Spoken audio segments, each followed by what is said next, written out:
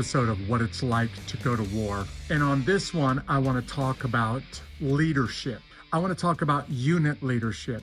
In previous videos, I talked about esprit de corps, the spirit of the group or the spirit of the corps that carries a unit through some incredible hardships in combat.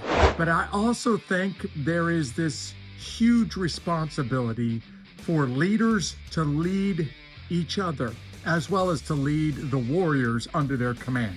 So for people that are not in the military, not in combat arms, one of the most important functions in training is to be able to test yourself against the fires of battle, to be able to test yourself against the rigors on the training ground, to know how you respond in battle. But everybody wants to know that the person to their right and to their left is going to step up and handle the responsibilities when the pressure's on and when you're at your absolute worst moments in a battlefield. Well, that comes from knowing one another. That comes from holding one another up to a really high standard. So one of the things that I want to stress in this video is you don't have to be in the military. You don't have to ever find yourself on a battlefield.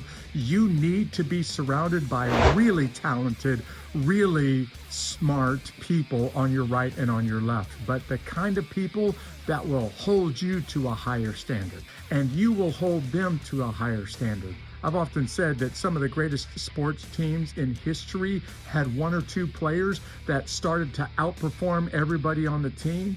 But it wasn't the one or two players that made them the greatest team. It's the fact that everybody on the team expected more of each other. And when one or two players started to perform well, then the next guy started to perform better, which caused the next guy to perform better, which caused the next person to perform better. And pretty soon, the team just took off. Well, that's true in training because it's absolutely essential in combat.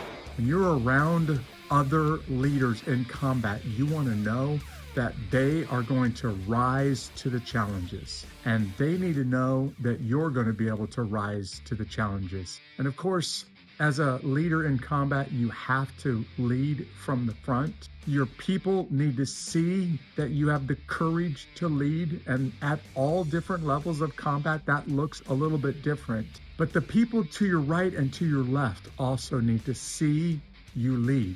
Because sometimes it's watching the person to your right and seeing that they're willing to stay in the fight when everybody else wants to run away that gives you the courage to stay in the fight. And when you have the courage to stay in your fight, the person to your left decides that they have the courage to stay in the fight. And as a result, whole units find courage by a few leaders that are leaning on one another. So I don't know what you're facing this week. I don't know what kind of challenges that you're going to experience this week.